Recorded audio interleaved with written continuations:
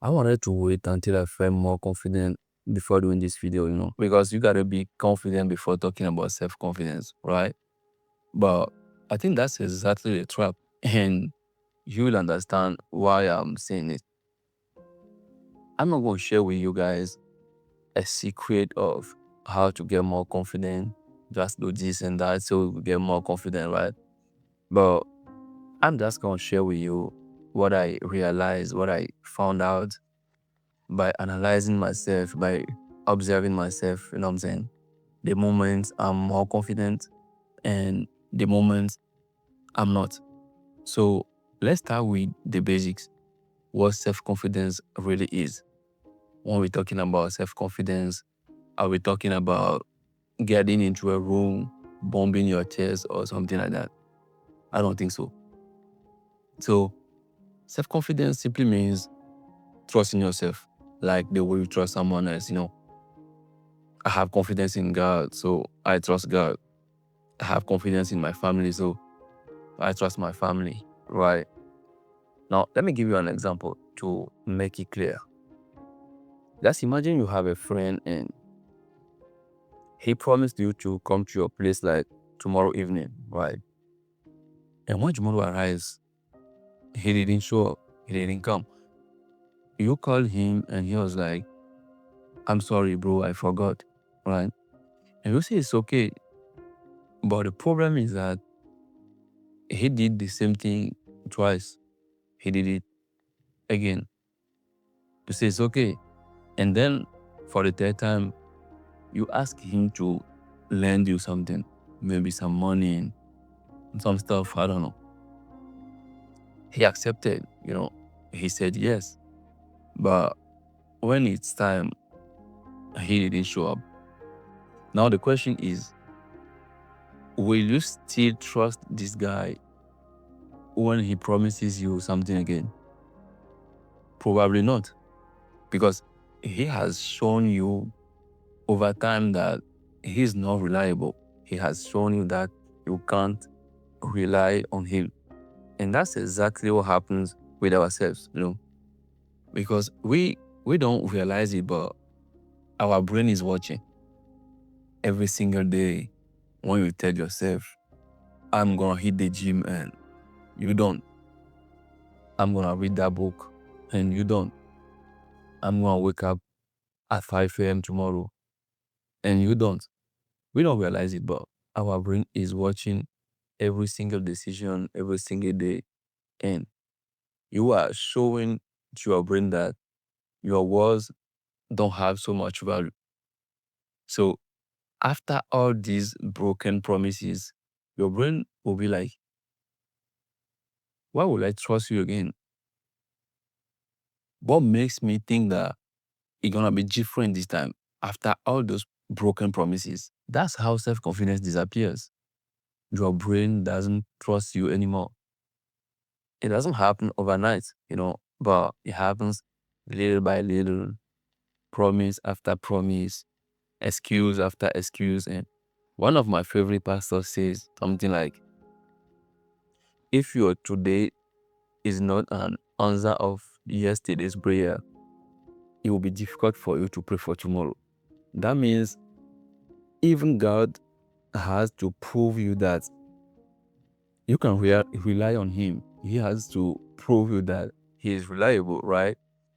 It's the same process with ourselves. And from my personal experience, the moments I'm the least confident are the moments when my actions and my words no longer match.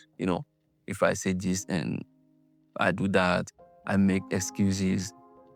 That's how I lose confidence. That's how I lost my self-respect. Like I told you in the video, forgive yourself, So now I want to understand something. Most people think that self-confidence comes from motivation, comes from affirmation, from being ready. I used to do this stuff, standing before the mirror and giving these affirmations, positive mind, and so on. But I don't think self-confidence is based on affirmations or motivation. Self-confidence is based on evidence, and evidence comes from proof, evidence comes from experience. So now the real question is, how do we build that evidence if self-confidence is based on evidence? But the first thing I do personally is keeping promises I made to myself. It can be anything, as long as I respect my word. One of the things that helps me a lot is fasting. I do it whenever I feel disconnected from myself, whenever I lose confidence. And fasting is not always about food. A lot of person think when we're talking about fasting is always about food, but you can fast from social media, you can fast from distractions, you can fast from things that you become addicted or dependent on, right? Fasting is just choosing to stop doing something you love doing. You know what I'm saying? And the purpose here is not suffering. The purpose is just to send a message to your brain that I'm the one control, I'm still in control. I say this and I did it, but reminding yourself that you're still in control.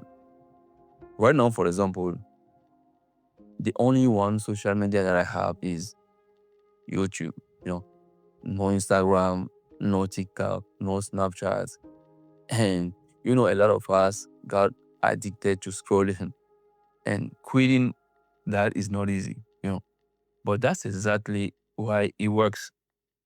It's almost like a trick. You sending a message to your brain, a proof that I still respect myself enough to respect my words.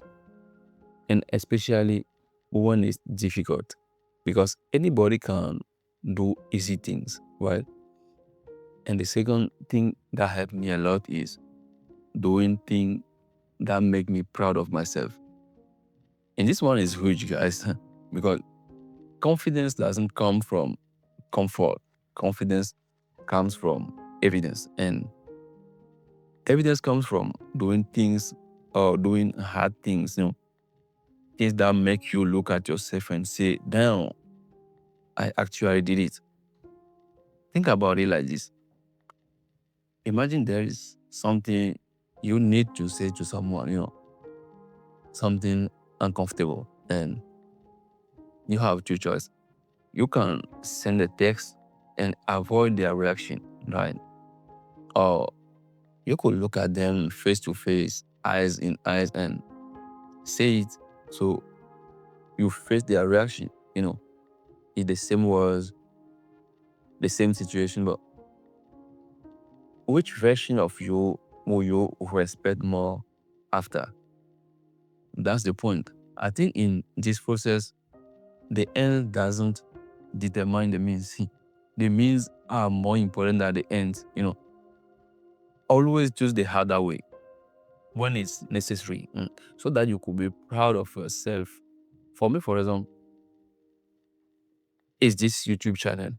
I told myself, I want to improve my English and I want to create content too. I could have done it in French, right? That would be easier because I already had a French channel. I already knew how to do it, but I wanted to be a little bit uncomfortable because speaking a language or creating a content in a language you're still learning is uncomfortable. Posting videos knowing that people might judge your accent is uncomfortable. But that's exactly the point. Every video becomes an evidence that I can do difficult things.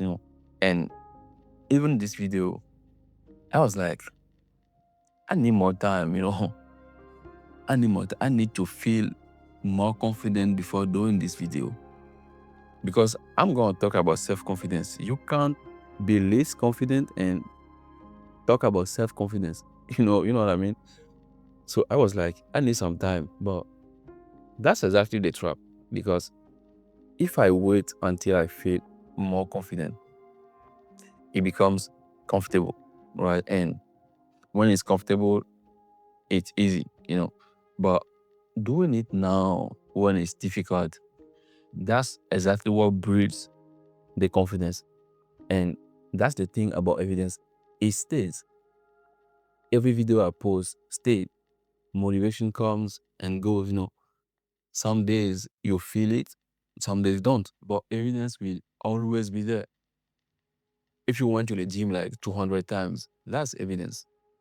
If you quit a bad habit, that's evidence. But if you learn a new skill, that's evidence. If you survived a difficult period of your life, that's evidence. And self-confidence is accumulated evidence you can't trust yourself. I love this quote which says, hard times create strong men. Strong men create good times. Good times create weak men, and weak men create hard times. So when you are constantly doing difficult things, you start seeing yourself differently, right? You start respecting yourself. You start admiring yourself. Not because someone told you you are great, because you have a proof that you can do difficult things, you can do hard things, and proof changes everything. So if I have to summarize everything we said, how I rebuild my self-confidence today, number one is keep the promises I made to myself, or keep the promises you made to yourself. Number two is doing things that make you proud of yourself. That's it. No motivation, not affirmations, not pretending, but evidence, experience, and truth. I appreciate you all guys for your presence. Thanks for watching. I hope this video will help someone on his self-improvement journey. See you next time, guys, and don't forget, life is good. Live yours.